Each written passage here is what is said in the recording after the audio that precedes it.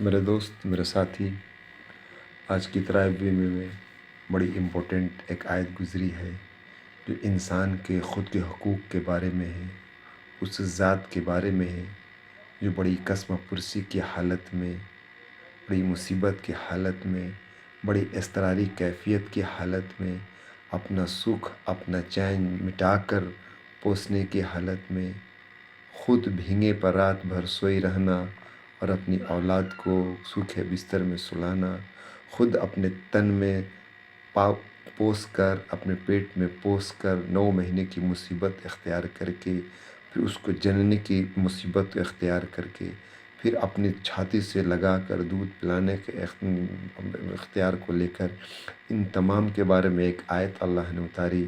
وہ آیت ہے رب ارحمہما کما ربیانی صغیرا، کما ربیانی ہمہما کما ربیانی صغیرا۔ بہت امپورٹنٹ آیت ہے ایک اولاد کے لیے۔ پورے قرآن میں ہمارے حساب سے جتنا ہم جانتے ہیں اس سے امپورٹنٹ آیت بھی ہے، لیکن جتنا مجھے لگا کہ ایک اولاد کے لیے اس سے بہتر آیت نہیں ہو سکتی ہے۔ ایک اولاد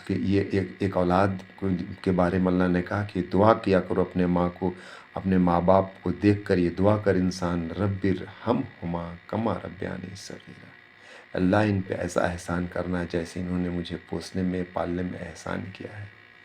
اور پھر بڑی مضبوط ہے کہ والدین کی خدمت و اطاعت والدین ہونے کی حیثیت سے کسی زمانے کسی عمر کے ساتھ مقید نہیں ہے۔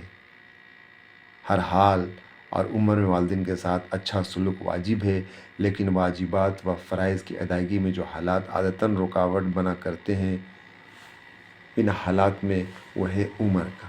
بڑھاپے میں جب والدین پہنچیں اس وقت والدین کی خدمت کا کرنا زیادہ موزوں ہے۔ اس وقت وہ محتاج ہو جائیں گے، اپنے جسم سے محتاج ہو جائیں گے، اپنے وقت سے محتاج ہو جائیں گے۔ اس وقت ان کی زندگی اولاد کے رحم و کرم پر رہ جاتی ہے۔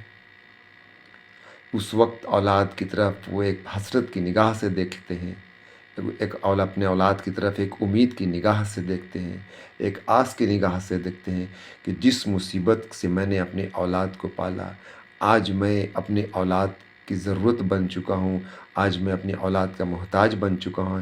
آج میری اولاد ہمیں بھی اسی شفقت سے، اسی محبت سے پوسے گی، اسی محبت سے میرا اکرام کرے گی، اسی محبت سے میری خدمت کرے گی، بے رخی نہیں کرے گی، اوف نہیں کرے گی، آہ نہیں کرے گی۔ تو اسی کے لیے کہا کہ دوسری طرف بڑھاپے کے عوارض طبی طور پر انسان کو چڑچڑا بنا دیتے ہیں۔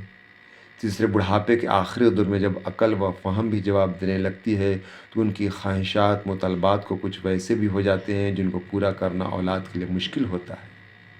ایسی خواہشات ماں باپ کرنے لگتے ہیں کہ اولاد کو پورا کرنا مشکل ہوتا ہے۔ یہ اللہ کہہ رہا ہے، اپنی تفسیر میں کہہ رہا ہے۔ قرآن حکیم ان حالات میں والدین کی دلجوئی اور راحت رسانے کے احکام دینے کے ساتھ انسان کو اس کا زمانہ تقبلیت یاد دلایا کہ اس وقت تم بھی اپنے والدین کی اس سے زیادہ محتاج تھے۔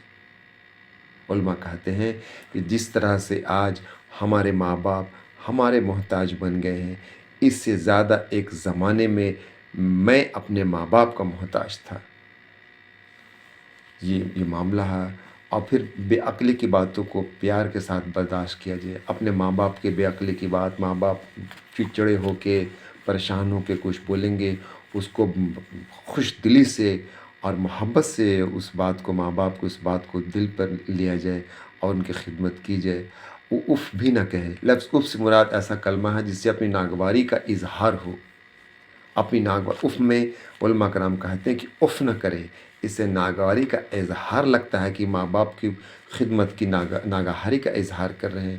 علی رضی اللہ تعالیٰ عنہ وسلم کے ارشاد نقل کرتے ہیں کہ اظہار ثانی میں اف کہنے سے بھی کم کوئی درجہ ہوتا تو یقیناً وہ بھی ذکر کیا جاتا۔ اس سے کم درجہ نہیں ہے کہ ماں باپ کو اف نہ کیا جائے۔ ان کو جھڑکنے ڈانٹنے کی حالت میں بھی ماں باپ کو ڈانٹا بھی نہ جائے، سب ایذا ہونا ظاہر ہے۔ تیسرا حکم، پہلے 2 حکم منفی پہلو سے متعلق تھے جن والدین کی ادنا سے ادنا